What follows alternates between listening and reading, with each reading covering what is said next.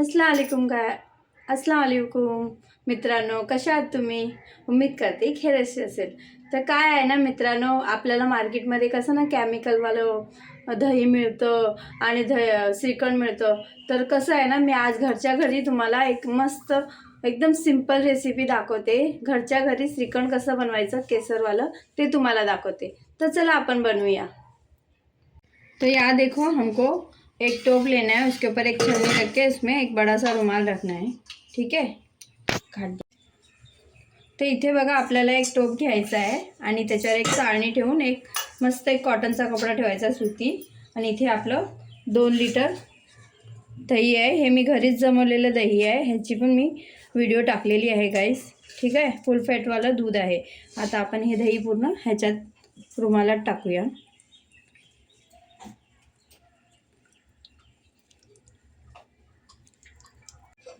तर इथे बघा, आपलं दही पूर्ण ह्याच्यात टाकून झालेलं आहे.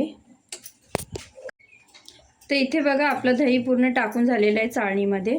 आता ह्याला मस्तपैकी आपण असं बांधून घेऊया, जेणेकरून काय आपल्या ह्या दहीचं पूर्ण पाणी काढायचं आहे आपल्याला.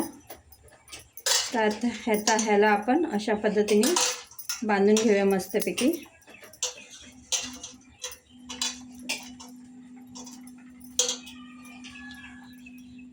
ह्याच्यावरती एक वजन काहीतरी ठेवून देऊया.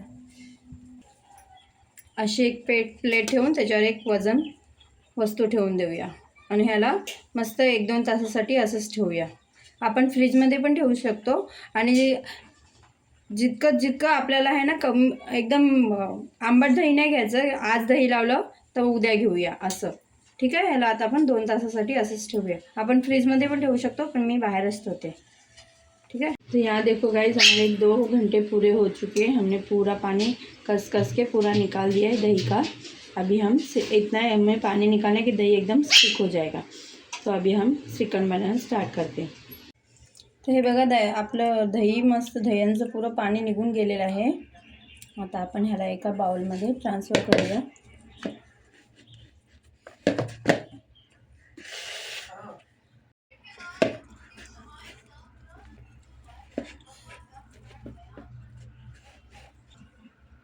तर इथे आपलं हे दही क्रश करून झालेलं आहे. आता याच्यात आपण 1 कप पिठी साखर टाकूया.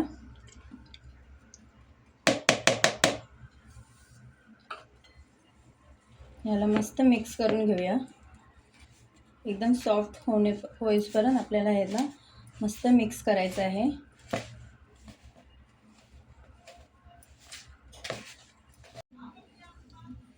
तर इथे आपलं दही सॉफ्ट झालेलं आहे. ठीक आहे. आपल्याला अशा पद्धतीने फेटून घ्यायचं आहे. मला फेटायला 5 ते 6 मिनटं लागलेली आहेत.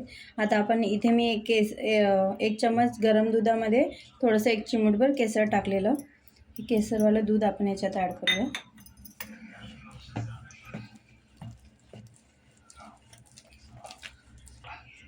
तर हे आता तयार झालेलं आहे. ह्याच्यामध्ये मी 7-8 बदाम क्रश केलेले आणि 4 इलायची, हे वेलची पावडर हे याच्यात ॲड करूया.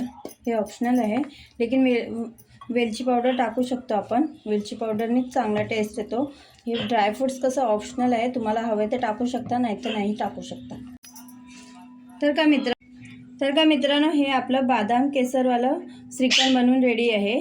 बघा, माझी व्हिडिओ तुम्हाला पसंत येत असेल तर लाईक, शेअर, सबस्क्राईब जरूर करा आणि बेल आयकॉन दाबायला विसरू नका. ठीक आहे.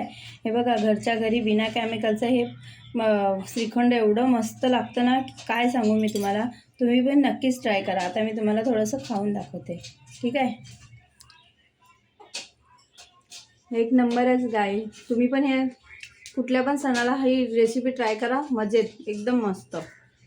अल्लाह हाफिज.